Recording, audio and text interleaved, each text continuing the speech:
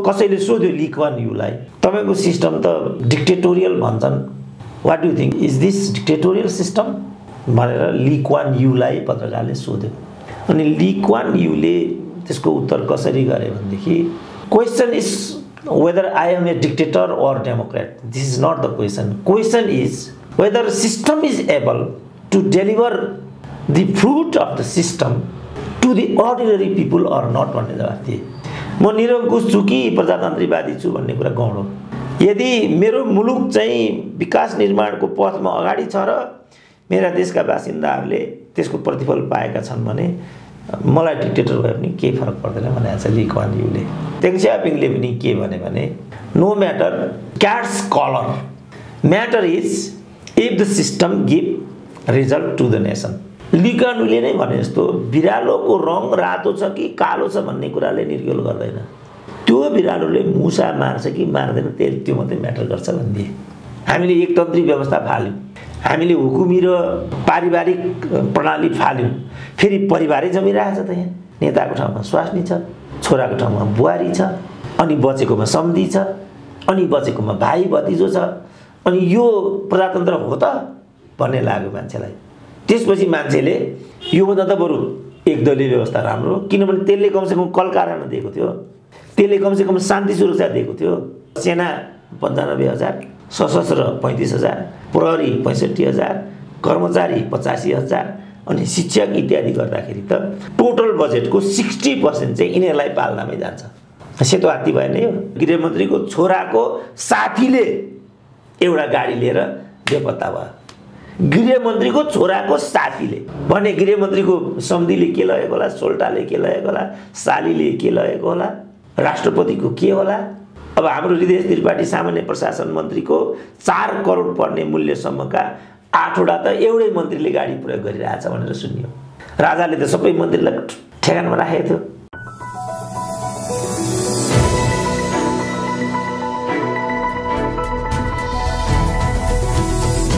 हिमाल online TV. हिमाल online टिभीको स्क्रिनमा राजनीतिक विश्लेषक डाक्टर सुरेन्द्र केसी हुनुहुन्छ। डाक्टर साहब स्वागत छ यहाँलाई। ल हस्, धन्यवाद। भर्खरै नेपाल कम्युनिस्ट पार्टीका संस्थापक पुष्पलालको 42औं स्मृति दिवस मनाइयो। त्यसैगरी नेपालका प्रथम जननिर्वाचित प्रधानमन्त्री नेपाली कांग्रेसका संस्थापक बीपी कोइरालाको पनि 38औं स्मृति दिवस मनाइयो। वास्तवमा उनीहरूको सोच चिन्तन के थियो, आजको दिनमा त्यो मेल खायो कि खाएन, समस्या कहाँनेर भयो? अब त्यो उनीहरूको चाहिँ जस्तो लामो अवधि काम गर्न पाएनन् दुवै नेताले। बीपी कोइरालाको अल्प समयको प्रधानमन्त्रीत्व काल रह्यो।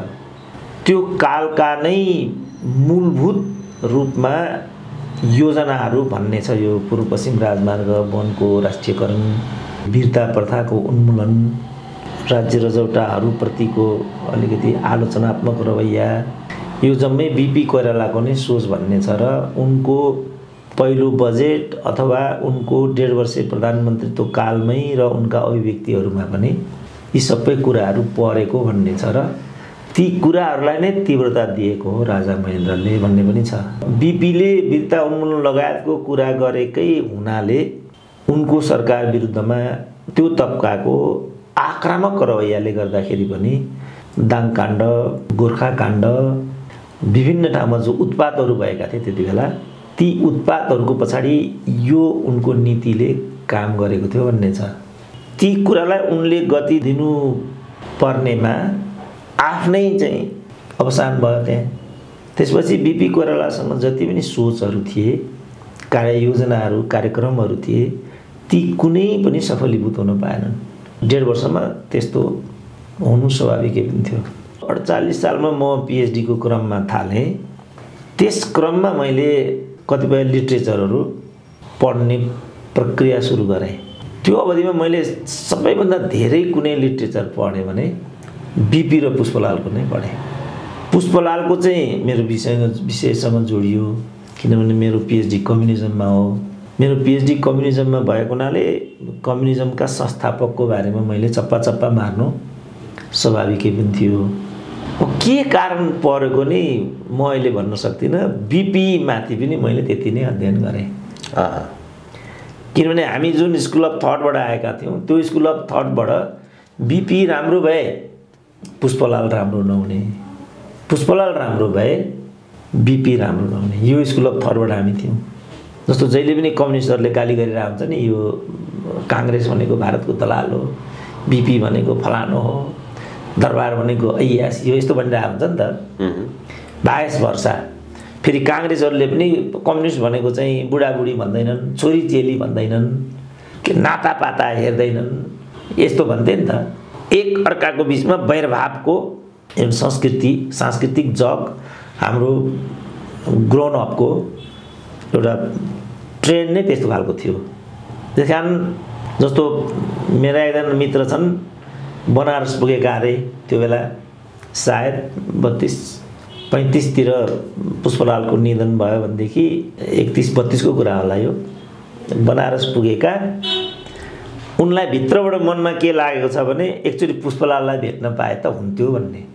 तर त्यति बेला चलन के थियो भनेदेखि यो समूहको भने ऊ समूहसँग नबोल्नु पर्ने, ऊ समूहको हो भने योसँग बोल्नु नहुने। पुष्पलाललाई भेटौँ भन्ने भित्र मनबाट व्यग्रता छ, भेटौँ पार्टीले कारबाही गरिहाल्छ। उदाहरणको लागि 35 सालमै जब पुष्पलालको निधन भयो, पुष्पलालको निधन भएपछि अर्को समूह नेकपा चौम भन्ने थियो। त्यो नेकपा चौमका नेता चाहिँ निर्मल लामा, निर्मल लामा महासचिव। निर्मल लामाले चाहिँ पुष्पलालको निधनमा, कमरेड पुष्पलालको निधनमा पार्टीको तर्फबाट हार्दिक श्रद्धाञ्जली प्रकट गर्दछु महासचिव निर्मल लामा भनेर लेखेछन्। उनीहरूले पुष्पलाललाई गद्दार भन्ने, गद्दारलाई कामरेड भनेर किन श्रद्धाञ्जली दिस् भनेर उनलाई महासचिवबाटै बेदखल गर्ने, त्यस्तो खालको संस्कार थियो यिनीहरूको। त यसरी म के भन्दै थिएँ भने यो स्कुल अफ थटका मान्छेले ऊ स्कुल अफ थटका मान्छेलाई दुत्कार्ने, ऊ स्कुल अफ थटका मान्छेले यो स्कुल अफ थटका मान्छेलाई दुत्कार्ने, यो परिपाटी भएको हुनाले सायद बाल्यकाल खास गरी विद्यार्थी कालको उत्तरार्धबाट म चाहिँ अलिकति राजनीतिक चेतना आएको ममा। बाल्यकालमा ममा कलेज पढ्दासम्म पनि ममा त्यो राजनीतिक त्यस्तो सोच त्यस्तो चेत केही पनि थिएन मेरो। खालि पढ्नुपर्छ, राम्रो पढ्नुपर्छ, क्लासमा टप बोय हुनुपर्छ भन्ने मात्रै थियो। नभन्दै म बिएमा पुगेपछि चाहिँ मैले त्यस्तो स्थान बनाउन थालेको, क्लासको टपर पनि म हुन थालेको पनि थिएँ। म किर्तिपुर आएपछि वातावरण अलिकति राजनीतिक थियो अनि म विद्यार्थी गतिविधिमा संलग्न हुन थालेँ। जब त्यसै पनि राम्रो थिएन। त्यो स्कुल अफ थटले गर्दाखेरि जहाँ म थिएँ अर्कोलाई चिन्तन मनन गर्ने प्रणाली नै थिएन त्यहाँ। 48 मा अघि पनि मैले भने पिएचडी गर्न थालेपछि अनि मैले बिपी कोइरालाको लिटरेचर पनि पढ्न थाल्दा जीवनचन्द्र कोइराला भन्ने एकजना मेरा मित्र पनि हुन्। पछि कुलचन्द्र कोइराला भनेका सायद अलि माथिल्लो चिन्तन भएका काङ्ग्रेस नै थिए उनी। उनको सम्पादनमा बिपी वाद भन्ने एउटा किताब मैले पढेँ। त्यो किताब तरुण लगायतका जो पत्रिकाहरू हुन्, तरुण भनेको नेपाली काङ्ग्रेसको मुखपत्र जस्तै हो, बनारसबाट प्रकाशित थियो।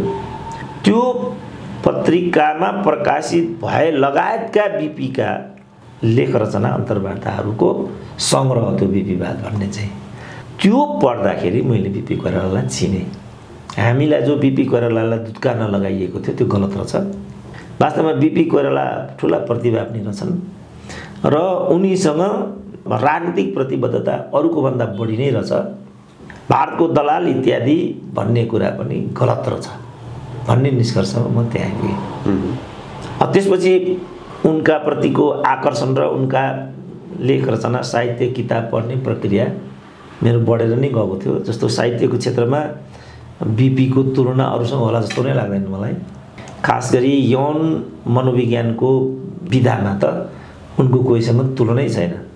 म 59 सालमा जब क्यान्सरको ट्रिटमेन्टमा राजीव गान्धी क्यान्सर हस्पिटलमा थिएँ दिल्लीमा, त्यो बेला पनि मैले बिपी कोइरालाका 6वटा उपन्यासहरूको एउटा सङ्ग्रह छ साझा प्रकाशनले छापेको। त्यो नै मैले, किनभने अब अपरेसन गर्दा ठुल्ठुलो किताब पढ्न सकिँदैन होला भनेर, तर मेरो नपढिकन चाहिँ मलाई निद्रा लाग्दा त्यसको मेरो बानी त्यो छ र सुत्दाखेरि चाहिँ छातीमा किताब राख्नुपर्छ। मैले त्यो बानी छ मेरो, अहिले पनि त्यो बानी छ। ढल्क्यो अनि किताब यसो पढ्यो, पढ्दा पढ्दै छातीमा भएपछि मात्रै म निदाउँछु। त्यो बानी छ मेरो अहिले पनि। अब कुन किताबले जान्छ, 6वटा पनि छन् फेरि त्यसमा, त्यही लानु पऱ्यो भनेर त्यही लिएर गएको थिएँ र फेरि मैले त्यहाँ पढेको थिएँ र पटक पटक मैले पढ्दा बीपीमा त्यो एउटा साहित्यिक प्रतिभा, कलमको प्रभाव, शब्द संयोजन, विषयलाई चाहिँ जोड्ने विधि, कलात्मक उच्च कोटिको, मैले त साहित्यमा उनको अरूसँग तुलनै हुने देखाएको छैन नेपालमा। बीपीको यो थियो। यता पुष्पलालको चाहिँ फेरि के भने नेपाली समाजको द्वन्द्वात्मकता र कसरी समाज बन्छ र विकसित हुन्छ भन्ने प्रणालीको संस्थापक पुष्पलाल नै हुन्। नेपाली समाजको विकासको त्यो क्रम र बनेको प्रक्रिया अरूले अध्ययन त गरेकै छैन, त्यो त म खुल्लमखुल्ला भन्न सक्छु। त्यो गरेकै छैन कसैले पनि, बुझ्छन् जस्तो पनि मलाई लाग्दैन तिनीहरूले, सिवाय पुष्पलाल। त्यसकारण समस्या कहाँ हो भने पुष्पलालले नेपाली समाजको संरचनालाई, इतिहास विकासको प्रक्रिया र क्रमलाई कसरी बुझेका थिए, बाह्य ज्ञानलाई पनि कति चर्को मेहनत गरेका थिए र के जगमा नेपालको कम्युनिस्ट पार्टी र आन्दोलनको परिकल्पना गरेका थिए, त्यसलाई ठिकसँग नबुझ्नु नै अहिलेको कम्युनिस्ट आन्दोलनको चुनौती हो, अहिलेको प्रजातान्त्रिक आन्दोलनको पनि चुनौती हो। यसमा चुनौती के थियो त भन्दा बीपी कोइरालाले चाहिँ वस्तुत प्रजातन्त्रलाई ट्रेडमार्क बनाए पनि यो बीपी कोइराला परिवारहरूको एउटा पारिवारिक र सामाजिक आन्दोलन पनि थियो। यो पारिवारिक र सामाजिक जगमा प्रजातान्त्रिकरणको प्रक्रियालाई अगाडि लैजानु पर्ने त्यो दर्शन थियो बीपी कोइरालाको। अहिलेकाले त्यो दर्शनलाई ठिकसँग नबुझ्नु समस्याको जड भयो। उतापट्टि चाहिँ पुष्पलालले त्यो समयसम्मको परिस्थिति र परिवेशलाई भारतीय परिवेशसँग जोडेर र गाँसेर नेपालको कम्युनिस्ट आन्दोलनलाई परिकल्पना गरे। भारतीय परिवेशबाट आएको त्यो आन्दोलन नेपालमा आउँदा नआउँदै चिनिया परिवेश र प्रभाव पनि सँगसँगै सोभियत परिवेश र प्रभाव पनि सँगसँगै बाढीको रूपमा नेपालको कम्युनिस्ट आन्दोलनभित्र पस्यो।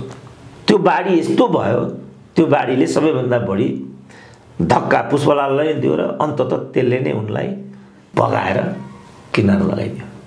यो दुईटा विषयलाई बुझ्न नसक्नु नै नेपालको प्रजातान्त्रिक र नेपालको कम्युनिस्ट आन्दोलनको समस्या र चुनौती हो। उदाहरणको लागि जस्तो 38औं जयन्ती थियो, 42औं जयन्ती थियो। यी दुईटै जयन्तीमा पहिलोचोटि आजै म बोलिरहेको छु, हामीले यसमा अध्ययन गरेका छौँ, अध्यापन गरेका छौँ, अनुसन्धान गरेका छौँ, सामग्री सङ्कलन गरेका छौँ। तपाईँको अनुभव के हो कस्तो हो भनेर त सोधिएन नि त। धेरै वर्ष पहिला मैले एकचोटि बीबीसीलाई कटाक्ष गरेको थिएँ। कम्युनिस्ट पार्टीको 50औं वर्षोत्सव चलिराखेको थियो। बीबीसीले एउटा प्रतिक्रिया लियो नेपालबाट, नेपाली बौद्धिकबाट। कसको प्रतिक्रिया लियो भनेदेखि म्याथमेटिक्सको प्रोफेसरको। त्यही दिनदेखि मैले बीबीसी सुन्न छोडिदिएँ। अहिले 25 वर्ष भयो क्या र 50बाट। त्यस दिन मलाई के लाग्यो भने यो बीबीसी भनेको त म पनि सुन्थेँ, यो नाङ्गो र बायस रहेछ भन्ने मलाई लाग्यो। त्यस दिन सुन्नै छोडिदिएँ मैले। त्यो त्यसपछि मैले त्यो बीबीसी भन्ने सुनेकै छैन, किनभने बायस रहेछ भन्ने लाग्यो। यहाँकाले बायसनेस गर्दा गर्दा दिक्क भएर ढाड भाँचिए जस्तो अवस्थामा बसिराखेको बीबीसी पनि त्यस्तो गर्छ। अब जस्तो अहिले यति भयो नि त, यहाँ गोर्खापत्र छ, रेडियो नेपाल छ, नेपाल टेलिभिजन छ, यत्रो वामपन्थी 2/3 भन्छन्।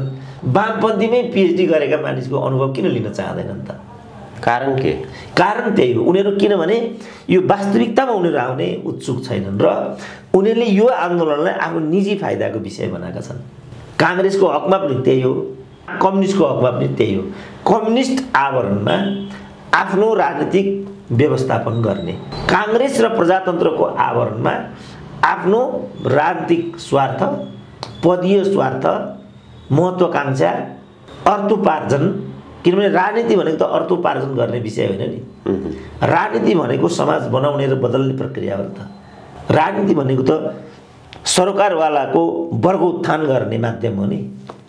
स्वास्थ्यको ग्यारेन्टी, शिक्षाको ग्यारेन्टी, भाइ छोराले काम पाउन्, कृषकहरूले आफ्नो उत्पादनको बजार पाउन्, मजदुरहरूले 8 घण्टा काम, 8 घण्टा मनोरञ्जन, उनका छोराछोरीको शिक्षा स्वास्थ्य त्यो हो नि त, त्यो कुरा भएको छ त हाम्रो देशमा। अब मैले यो भन्ने अब कति मान्छेको आँखा खुल्ने भयो, ओहो हामी त पुष्पलाल भन्थ्यौँ। जस्तो पुष्पलालकै कुरा भन्दा पुष्पलालले वास्तवमा स्वास्थ्य उपचारको सुविधा नपाएर, राम्रो बसोबास खाद्यान्नको सुविधा नपाएर, परिवारको राम्रो साथ सहयोग नपाएर 52 वर्षको उमेरमा मुटु रोगले चाहिँ दिवंगत हुनु पर्यो नि त। परिवारको पनि साथ थिएन। नेता जम्मै मदन भण्डारी, जीवराज आश्रित, मोदनाथ प्रसिद्ध, वामदेव गौतम जम्मै पुष्पलालका कार्यकर्ता हुन् नि त। जम्मैले लात मार्दै यता आयो नि त। अलग थलग भए पुष्पलाल, पीडा खप्नै नसकेर उनलाई मुटुको व्यथा भयो, पारिवारिक सहयोग छैन, दिवंगत भयो नि बिचरा दिल्लीमै। बनारसको चाहिँ प्रचण्ड गर्मीको बसाई, खानु चाहिँ चना खाएर चाहिँ रात काट्थे भनेर म सुन्थेँ। अब मुटुको व्यथा चाहिँ कसले उपचार गर्ने? पुष्पलालको। अब अहिले पुष्पलालको परिवार सबभन्दा धनी मध्ये एउटा भनेर सुनेको छु मैले। रिसाउँछ न साथीहरू यो भन्यो भने। पुष्पलालकै नाम अब अहिले सबभन्दा ठुलो गुणगान पुष्पलालको यिनीहरू गाउँछन्। यिनकै कारणले पुष्पलालको अवस्था त्यो हो। अब यिनकै गुणगान गाएर यिनीहरू फेरि अहिले सेतो कार चढेर हिँड्छ। कत्रो विरोधाभास छ त। त्यसकारण यो चिजलाई हामीले जन्म जयन्तीको बेला मनन गर्नु पर्थ्यो। तर ठ्याक्कै उल्टो, कि त म भन्दै आएको छु नेपालमा कि गुण मात्रै देख्ने कि दोष मात्रै देख्ने। हिजो पुष्पलाललाई के गरियो? गद्दार देखियो। अहिले के देखिन्छ? केटाकेटीले पनि बुझ्छ कि यिनीहरू सबैभन्दा गुणगान बढी कसैको गाउँछन् भने तिनै पुष्पलालको गाउँछन्, तिनै बिपी कोइरालाको गाउँछन्। हिजो पुष्पलाललाई अन्तर्राष्ट्रिय तत्त्व भनेर, हिजो बिपी कोइरालालाई अन्तर्राष्ट्रिय तत्त्व भनेर दुत्कारियो। अनेक अश्लील र चाहिँ भद्दा आलोचना गाली गलौजहरू गरिन्थ्यो। अनि पुष्पलाललाई गद्दार भनेर किताबै लेखियो। संशोधनवादी काङ्ग्रेसको पुच्चार बनियो। अब यिनीहरू नै अहिले निर्लज्ज भएर के भन्छन्? हामी पुष्पलालको बाटोमा छौँ भन्छन्। छन् त यिनीहरू पुष्पलालको बाटोमा? अहिले जो विकृति, विसङ्गति, परिवारवाद, नातावाद, कृपावाद, अनौद्योगिकरण छ, तीव्र जातिवादी प्रवृत्तिहरू छन्। पुष्पलालसँग यस्ता सोच थिए त? पुष्पलाल जातिवादी थिए त? पुष्पलाल काङ्ग्रेसका पुच्छर हुन् त? यदि पुष्पलाल काङ्ग्रेसका पुच्छर हुन् भने किन चाहिँ बिपी कोइरालाले पनि पुष्पलालसँग सहकार्य गर्न मानेनन् त? तर उनीहरूको पुष्पलालको बिडो र बिपी कोइरालाको बिडो अहिलेका नेतृत्वले सम्हालिरहेको हुनाले नेपाली जनतामा एक खालको यस्तो निराशा भइदियो कि यो पार्टीगत राजनीतिले वास्तवमा देशलाई उदो गतितिर, अत्यन्त दयनीय अवस्थातिर लग्यो। यही पार्टी राजनीतिले गर्दाखेरि नै आज हाम्रो यो अवस्था, नेपाल र नेपालीको यो अवस्था पुगेको छ भन्ने निष्कर्षमा आइपुगेको देखिन्छ नेपाली जनताहरू। यस्तो भयो के बाबु? कस्तो भयो भने कुनै एकजना राजनीतिज्ञले भनेका छन् बहुदलीय व्यवस्था संसारको सबैभन्दा खराब व्यवस्था हो, तर योभन्दा राम्रो व्यवस्था अर्को छैन। अहिले जुन पार्टी व्यवस्थामा हामी छौँ यसले हामीलाई परिणाम दिएन होला, त्यो कुरा म मान्छु। तर यसको विकल्प म अगाडि देख्दिनँ। किनभने मान्छेको मानवीय प्रवृत्ति नै के रहेछ भनेदेखि कसैको पनि स्वेच्छाचारिता र एकलौटी हकडक र शासन शोषण अर्कोलाई मान्य नहुँदो रहेछ क्या। त्यसकारण सत्ताको पुस्तान्तरण, दलीय नेतृत्वमा परिवर्तन यो अपरिहार्य छ र अति नै स्वाभाविक पनि छ। जस्तो अहिले भारतमा हेरौँ न, काङ्ग्रेस पार्टीले चाहिँ एकछत्र शासन गर्यो। त्यहाँ नेहरूको ठुलो वर्चस्व पनि थियो। पछि इन्दिरा गान्धीले त्यसमा एउटा प्रभुत्वशाली र अहङ्कारी नेतृत्व अगाडि ल्याइन्। एउटा छोटो समय राजीव गान्धीले पनि त्यहाँ शासन गरे। अहिले करिब करिब अस्तित्वको सङ्घारमा देख्छु म काङ्ग्रेस आई। किनभने त्यो परिवारले अन्यलाई चाहिँ नेतृत्वमा विकसित हुन एउटा अवसरै दिएन। त्यसपछि मान्छेले यो परिवारवाद भयो, एकलौटी भयो भने बिजेपीलाई छनौट गरे। ठ्याक्कै अहिले अवस्था यो छ। भोलि काङ्ग्रेसले अग्रता लिन पनि सक्छ एउटै कारणले मात्रै। त्यो के भने बिजेपीको एकछत्र र प्रभुत्व अहङ्कारपूर्ण तरिकाले अगाडि आयो र यसको अहङ्कारलाई चाहिँ तोड्नुपर्छ। यो तर्कले मात्रै त्यहाँ काङ्ग्रेस आउन सक्छ, सामान्यतया आउन सक्दैन। किनभने अघि मैले भने परिवारवादले गर्दाखेरि अरू नेताहरूलाई त्यहाँ विकसित हुने छुट र अवसर नै दिइएन। त्यही कुरा यहाँ भयो। काङ्ग्रेसको हकमा। कोइराला परिवारको प्रभुत्वको नाममा उनीहरूले नेतृत्व बदले, तर कस्तो नेता उनीहरूले पाए? शेरबहादुर जस्तो, जो काङ्ग्रेस मध्येको सबैभन्दा अकर्मण्य हो। त्यसपछि उनीहरूले नेकपालाई छनौट गरेको छ। अब अहिले नेकपाको फेरि जो शासकीय शैली देखिएको छ यो 2 वर्ष, मलाई लाग्छ अर्को चुनाव यसलाई जित्न सम्भव हुँदैन।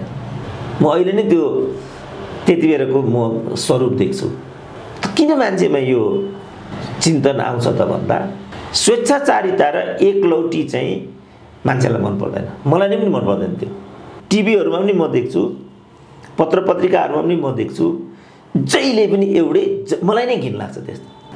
र म साथीहरूलाई वार्न गर्छु, मलाई नै पनि एकलौटी मौका नदिनु। मेरो त अझ कुरा गर्ने भने अधिकांश अनलाइनबाट म अन्तर्वार्ता दिनको लागि विमुख हुने प्रयास गर्छु। किनभने जहीँ पनि सुरेन्द्र केसी भन्ने भयो भने भोलि मेरो क्रेज पनि चाहिँ स्खलित भएर जान सक्छ र मैले जसरी आफ्ना विचार दिनुपर्ने हो त्यो विचारबाट वञ्चित हुनुपर्ने अवस्था आउन सक्छ। योजनाबद्ध तिमीहरूले एक थरी मान्छेलाई अवसर दिने, एक थरी मान्छेलाई चाहिँ निषेध गर्ने तिमीहरू असाध्यै घिन लाग्छ मलाई त्यो प्रवृत्ति। त्यसकारण पनि मलाई जस्तो पञ्चायतमै, म आफै पञ्चायतमै विकसित भएको मान्छे हो होइन, त्यहाँ पनि स्वेच्छाचारी शासनको कालो छाया अवश्य पनि थियो। एक थरी मानिसहरूले मात्रै अवसर पाउने सूर्यबहादुर लोकेन्द्रबहादुर यस्तो त्यहाँ पनि थियो। हुँदाहुँदै पनि सानातिना ठाउँहरूमा अन्य मानिसहरूले पनि कुनै न कुनै रूपको अवसर पाएका हुन्थे। लोकतन्त्रमा चाहिँ त्यतिको पनि भएन भनेपछि अघि भाइले भनेको ठाउँमा विषय आइपुग्यो। प्रजातन्त्र भन्थे, नेता मर्यो स्वाइनलाई राष्ट्रपति बनायो, छोरो मर्यो बुहारीलाई मन्त्री बनायो, जबरजस्ती छोरीलाई मेयर बनायो। जलजली देखे नि त मान्छेले। यति नाङ्गो धाँधली र यति नाङ्गो परिवारवाद त मान्छेले पञ्चायतमा देखेको थिएन। जस्तो राजैका पनि राजाले, जस्तो साउदी अरेबियामा त्यो रहेछ नि त, राजा भयो, युवराज प्रधानमन्त्री भयो, राजकुमार सेना प्रमुख हो, अधिराजकुमार प्रहरीको प्रमुख हो, त्यो व्यवस्था रहेछ त्यहाँ साउदी अरेबियामा। हाम्रो नेपालमा त बिचारा राजाले, महेन्द्रले त भाइहरूलाई राजनीतिबाट निषेधै गरिदिएको थियो र त्यही ट्रेनमा तिमीहरू जानु भन्ने खालको नीति निर्देशन थियो दरबारमा। त्यसलाई उनीहरूले परिपालन गर्न सकेनन्, नभन्दै वंश विनाश भयो। त्यो पारिवारिक कलह पनि एउटा कारक तत्त्व भएको अनुमान लगाउन सकिन्छ। तर यहाँनिर चाहिँ आखिर किन त्यस्तो भयो त भन्दाखेरि वीरेन्द्रको मात्रै एकलौटी, जेठो छोरो मात्रै राजा हुने एकलौटी हुनसक्छ माइलो छोरालाई मन परेन। मानवीय स्वभाव अन्तर्गत नै पर्छ त्यो। भने चाहिँ बहुदलीय व्यवस्थामा त 5वटा कुरा हुन्छन् भनेको छु मैले। बहुदलीय व्यवस्थामा, जसलाई उदार प्रजातान्त्रिक व्यवस्था पनि भनिन्छ, accountability, meritocracy, transparency, right man right place, reward and punishment is equal to democracy. यो 5वटा कुरा भएपछि मात्रै डेमोक्रेसी हुन्छ। दुर्भाग्य नेपालमा अहिले यी 5 कुरा छैनन्। त्यसकारण यो डेमोक्रेसी होइन, मोबोक्रेसी हो मैले भनेको छु। अब त्यसपछि मान्छेलाई चाहिँ यो व्यवस्था नराम्रो लागेको हो। यो 5वटा विधिमा जाने भने योभन्दा राम्रो अर्को व्यवस्था कुन हुन सक्छ र?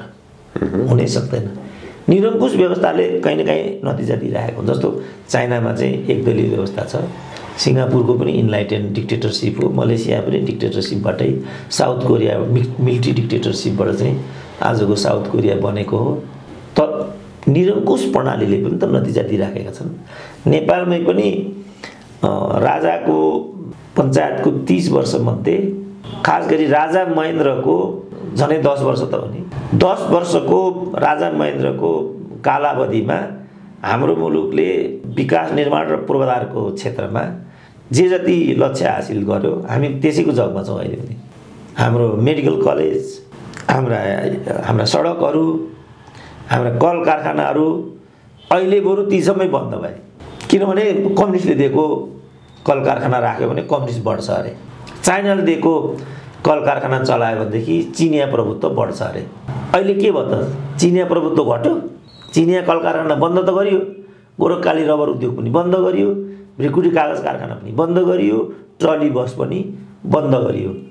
चिनिया प्रभुत्व त बढ्यो त फेरि।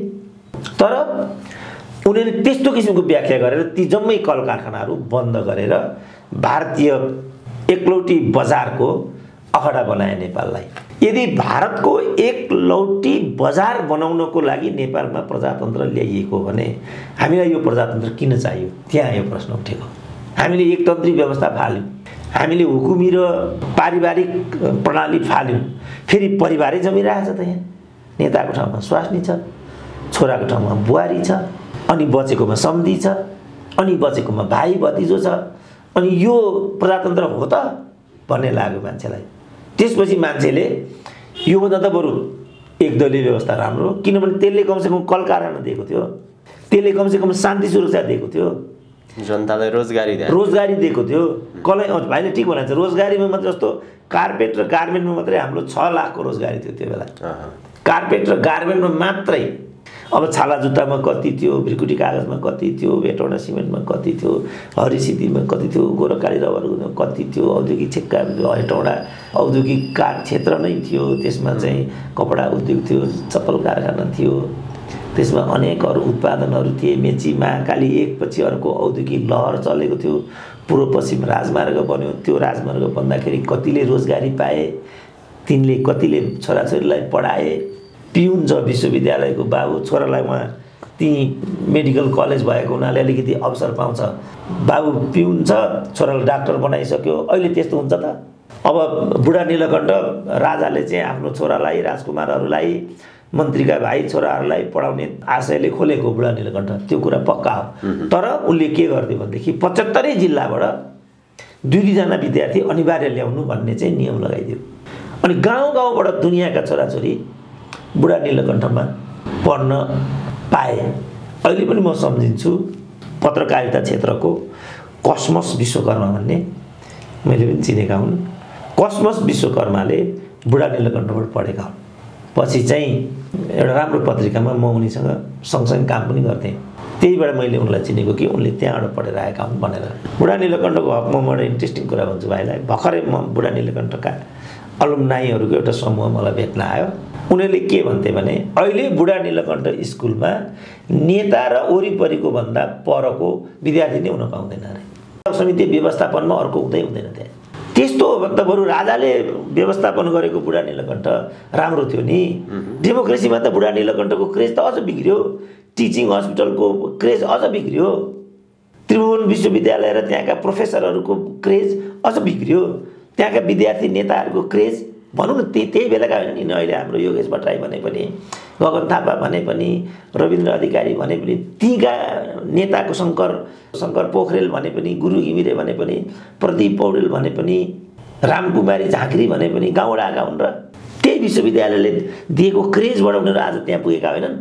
अहिले विद्यार्थी युनियनको निर्वाचन 20 वर्षको विद्यार्थी युनियनको निर्वाचन नभएको र सबैभन्दा बढी आज भ्रष्टाचारको अखडा विद्यार्थी युनियन छ।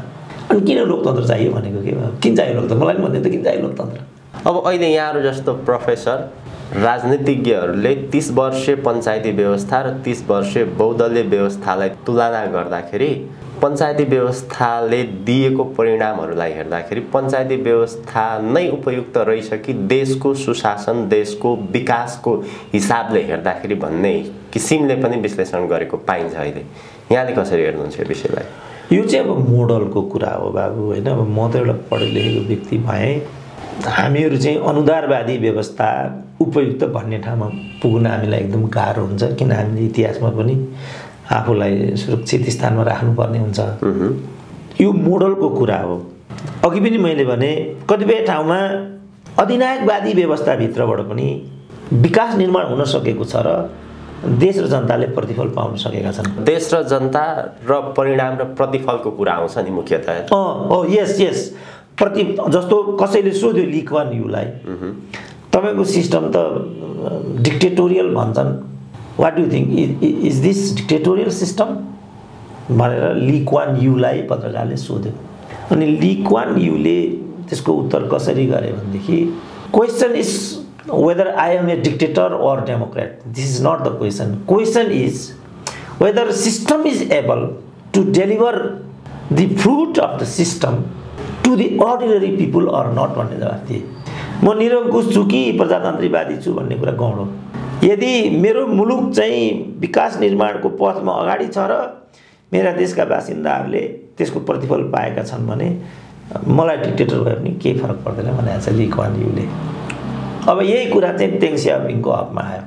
जुन सिस्टमतिर माओपछि अर्कै एउटा विकास निर्माणको मोडल दिए, 4 मोडर्नाइजेसन भन्थ्यो त्यसलाई, त्यो मोडर्नाइजेसन 4 मोडर्नाइजेसनको मेथडबाट चिनिया सिस्टमलाई अगाडि ल्याउनु भनेको चाहिँ चिनिया कम्युनिजमप्रति घात गर्ने कुरा हुन्छ, संशोधन हुन्छ भन्ने कुरा र्याङ्क एन्ड फाइलले उठाइसकेपछि अनि देङ सियाओपिङले पनि के भने no matter the cat's colour, matter is if the system give result to the nation. Lee Kuan यूले नै भने जस्तो बिरालोको रङ रातो छ कि कालो छ भन्ने कुराले निर्गोल गर्दैन, त्यो बिरालोले मुसा मार्छ कि मार्दैन त्यो मात्रै म्याटर गर्छ भनिदिए। अब यहाँ हामीले चाहिँ निरङ्कुश व्यवस्थालाई चाहिँ राम्रो छैन, यो चाहिँ ऐयासी छ, विलासी छ, भ्रष्टाचार हुन्छ, सम्पूर्ण हुन्छ भनेर हामीले यो व्यवस्थालाई फाल्यौँ। धर्मनिरपेक्षताको कुरा पनि त्यही थियो, धार्मिक विभेद भयो, सम्पूर्ण कुरा भयो, संहिताको कुरा पनि त्यही थियो। अब के भयो त भन्दा, किनभने हिजो मात्रै पनि मैले एउटा सोसियल मिडियामा हिसाब गरेको देखेँ, वार्ड अध्यक्ष, वार्ड सदस्य, मेयर, डिप्युटी मेयर, महिलाको अलग रहेछ, दलितको अलग रहेछ। फेरि त्यहाँ महिला यति, दलित मात्रै 6000 रहेछन् सदस्य। यस्तो महिला त उपाध्यक्ष जम्मै महिलाहरू छँदैछन् गरेर ती पदाधिकारीहरूको सङ्ख्या रहेछ 28000। प्रादेशिक सदस्यको सङ्ख्या छैन, मन्त्रीहरूको सङ्ख्या छैन। अब प्रदेशमा पनि प्रदेश प्रमुख हुने भयो, त्यसरी नै प्रहरीहरूको पनि, प्रशासनको पनि, आइजी, प्रादेशिक सरकारको मुख्य सचिव यस्तो हुने भयो नि। अनि केन्द्रमा आउनु पर्यो 300 यिनीहरू भए, गर्दाखेरि चाङचुन 30-32 हजार यी पदाधिकारी भए। अब यो चाहिँ हिजो कतिले काम गरेको थियो भन्दा गाविसका प्रधान र उपप्रधान सदस्य इत्यादि त थिए, तर तिनीहरूको सङ्ख्या अलिकति सानो थियो। एउटा त्यो हो, तिनीहरूलाई तलब सुविधाको व्यवस्था थिएन, भत्ता त उनीहरूले सुनेकै थिएन। अब अहिले त सबभन्दा धेरै खर्च भत्तामा गएको भन्ने देखिन्छ। 11 महिनामा मात्रै 56 करोड त यिनीहरूले भत्तामा मात्रै। त्यसपछि केन्द्र समेत गर्दा यो राजनीतिक नेतृत्वको कुरा भयो। अब सेना 95000, सशस्त्र 35000, प्रहरी 65000, कर्मचारी 85000 अनि शिक्षक इत्यादि गर्दाखेरि त टोटल बजेटको 60% चाहिँ यिनीहरूलाई पाल्दामै जान्छ। सेतो हात्ती भए नै हो। एकात्मक व्यवस्था थियो, एउटै राजा मात्रै थियो, राजाको एउटा परिवार मात्रै थियो, 3टी बहिनी थिए, 3टा भाइ थिए, अधिराज कुमारहरू केही थिए, एउटै त थिएर आयो। त्यही पारस एउटा त हो बिचरा, युवराज भैयाले धीरेन्द्रका 2टी छोरी दिएला, यति नै थियो। अब अहिले अब हिजो आइरहेको गृहमन्त्रीको छोराको साथीले एउटा गाडी लिएर बेपत्ता भयो। गृहमन्त्रीको छोराको साथीले भने गृहमन्त्रीको सम्धिले के लगेको होला, सोल्टाले के लगेको होला, सालीले के लगेको होला, राष्ट्रपतिको के होला। अब हाम्रो हृदय त्रिपाठी सामान्य प्रशासन मन्त्रीको 4 करोड पर्ने मूल्यसम्मका 8वटा त एउटै मन्त्रीले गाडी प्रयोग गरिरहेछ भनेर सुनियो। राजाले त सबै मन्त्रीलाई ठेगानमा राखेको थियो। त्यसकारण सङ्घीय सिस्टम, अब चित्रबहादुरहरू यहाँ आइपुगे। त्यसकारण मैले भनेको सङ्घीय सिस्टम हामीलाई ठिक छैन, तर मैले देख्दाखेरि सङ्घीय प्रणाली आफैमा गलत छैन, प्रजातान्त्रिक व्यवस्था पनि आफैमा गलत छैन। ली कुवान यू, पाक्चुङ यी, देङ सियाओपिङले भने जस्तो तर मुसो चाहिँ मार्नु पर्यो। यहाँ मुसो मारेको देखिएन। जस्तो मदन भण्डारीले चाहिँ हामीलाई राजतन्त्र किन सान्दर्भिक छैन भन्ने सन्दर्भमा के तर्क दिएको रहेछ भने राजतन्त्रात्मक व्यवस्था र राजा एकदमै महँगो हुन्छ। अहिले के भयो त, मलाई त राजाभन्दा धेरै विलासी र खर्चिली होलिन् अहिलेकी राष्ट्रपति। यसपछि मान्छेलाई के लाग्यो भने केही पनि फरक रहेनछ गणतन्त्र र राजतन्त्रमा, त केही पनि फरक रहेनछ जननिर्वाचित राष्ट्रपति र निरङ्कुश राजामा त। डाक्टर साहब, अब अन्त्यमा निष्कर्षमा हामी निरङ्कुश व्यवस्था पनि भोग्यो, बहुदलीय हुँदै लोकतन्त्र हुँदै गणतन्त्रसम्म आइपुग्यो। अब साँच्चै देशलाई स्थायी विकासतिर लाने हो भने, देश र जनताको हितमा चाहने हो भने, अथवा त्यो विधितिर जाने हो भने के गर्दा उपयुक्त होला? 5 पोइन्ट्स मैले अघि दिएँ नि। Accountability, meritocracy, transparency, right main right place, reward and punishment. कसले गर्छ त्यो? अब त्यसको लागि राइट मेन राइट प्लेस भनेपछि त्यो कहाँ सुरु हुन्छ भन्दा नम्बर 1 लिडर हो नि त। यो सबै गर्ने कसले त? लिडरले त्यो लिडर राइट म्यान हुनु पर्यो जस्तो म हुनु पर्यो कि एकचोटि यो देशको लिडर अनि म देखाइदिन्छु कि लिडर के हो उसले केसम्म गर्न सक्छ तर बहुत अप्ठ्यारो छ लिडर बन्न खोज्दाखेरि मदन भण्डारीको हालत के भयो वीरेन्द्रको वंशनाश कसरी भयो यी सबै कुराहरू त तपाईँ हाम्रो अगाडि एउटा उदाहरणको रूपमा अगाडि छन् नै बाबु त्यो एउटा उदाहरण हो तर फिडल क्यास्ट्रोलाई झनै 52 चोटि मार्न खोजेको रहेछ सिआइएले क्युबा चाहिँ अमेरिकाको नाकमा छ मार्न सकिएन नि भर्खरै मैले रुस भ्रमणको मेमोयर लेखिसकेँ लेनिनलाई पनि मार्न खोजिएको थियो गोली प्रहार भयो उनी बालबाल बचे त्यहाँ अरू पनि कयौँ लिडरहरू छन् होइन राजीव गान्धीलाई पनि मारियो मारिन्छ भन्दैमा नेतै नहुनु त देशको विकासै नगर्नु त बाबु हिम्मत गर्नुपर्छ म मारिउँला तर मेरो ठाउँमा अर्को आउँछ नि त जस्तो मैले जे विचार दिइराखेको छु मलाई निषेध गर्यो नि गोर्खापत्रले निषेध गर्यो कान्तिपुरले निषेध गर्यो नागरिकले निषेध गर्यो सबै पत्र पत्रिकाले निषेध गरे मेरो विचार म निषेधित भयो त मेरो विचार मर्यो त म मरेँ त मेरो विचार मर्यो त कान्तिपुरले मलाई मार्न सक्यो त नेपाल टिभीले मलाई मार्न सक्यो त सकेन नि मलाई त बालुवाटारबाट चाहिँ स्पेशल आदेश हो सुरेन्द्र केसीको काहीँ लेख रचना प्रसारण अन्तर्वार्ता नगर्नु बालुवाटारबाट आएको प्रधानमन्त्रीको कार्यालयबाट तर मेरो विचार रोकियो त तिमीले पो रोक्यो कुनै अर्काले त दियो कुनै अर्काले पो रोक्यो कुनै अर्कोले त दियो यहाँसम्म त म आइहालेँ नि 65 वर्ष पुगेँ अब त मैले अवसरै पाइनँ भने पनि जे जति बौद्धिक भण्डार मसँग थियो त्यो पब्लिक भइसक्यो अब युट्युबमा छ तिमीहरूको रेडियो नेपालले पो मलाई प्रतिबन्धित गर्यो त तर तिमी गुगललाई के गर्छौ युट्युबलाई के गर्छौ फेसबुकलाई के गर्छौ तिमी गएको हप्ता मात्रै मैले बीबीसी उर्दूमा मैले एउटा अन्तर्वार्ता दिएँ बीबीसी नेपालीमा पो नेपाली छ त रविन्द्र मिश्रहरू छन् त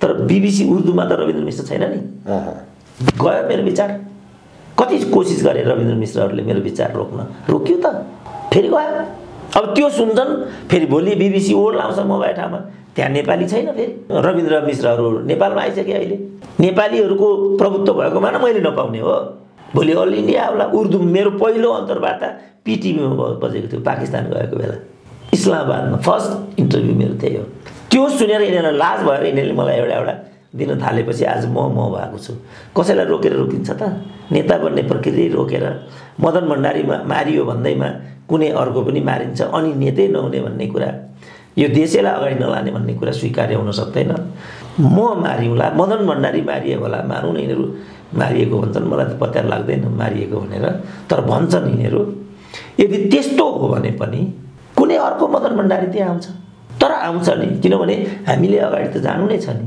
हामीलाई कसैले मार्छ भन्दैमा मेरो गोर्खापत्रले लेख छाप्दैन भन्दैमा मैले लेख्नै छोड्ने हो त प्रयास चाहिँ तर प्रयास चाहिँ जारी राख्नुपर्छ त्यो मान्यताबाट जानै पर्छ मैले लेख्दा विकल्प छैन हस् अत्यन्त धेरै धन्यवाद डाक्टर साहब महत्त्वपूर्ण विचार र समयको लागि ल धन्यवाद